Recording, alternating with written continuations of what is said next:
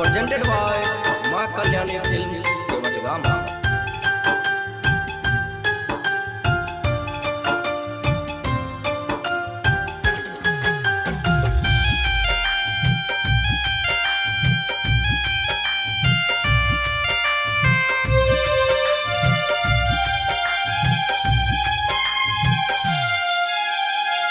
चढ़ी के बरे जाबा आज मोर करे जाबा चली जैते पियाबा के घर हो। चढ़ी के बरे जाबा आज मोर करे जाबा चली जैते पियाबा के घर हो। यही मन जदी रहो विधाता यही मन जदी रहो विधाता कथिन रखने रह जर हो। चढ़ी के बरे जाबा आज मोर करे जाबा चली जैते पियाबा के घर हो। चली जैते पियाबा के घर हो।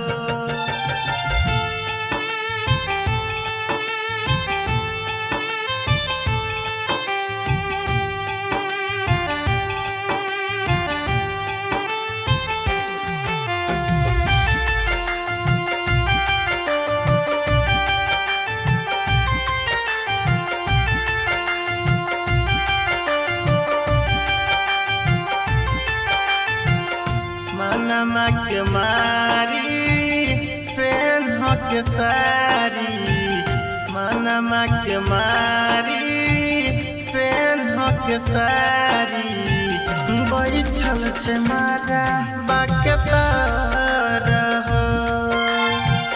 चढ़ी के बरे जाबा आज मोर करे जाबा चली जैते पियाबा के घर हो। चली जैते पियाबा के घर हो।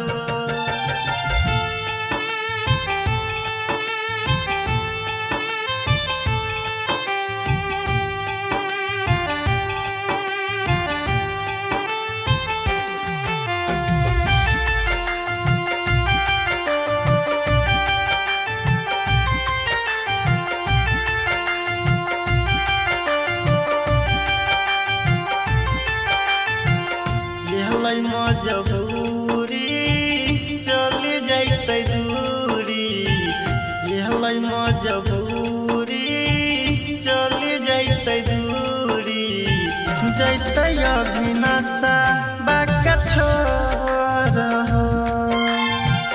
चढ़ी के बरे जाबा आज मोर करे जाबा चली जैते पियाबा के घर हो। चली जैते पियाबा के घर हो। Presented by Ma Kalyani Films, Kevatgama.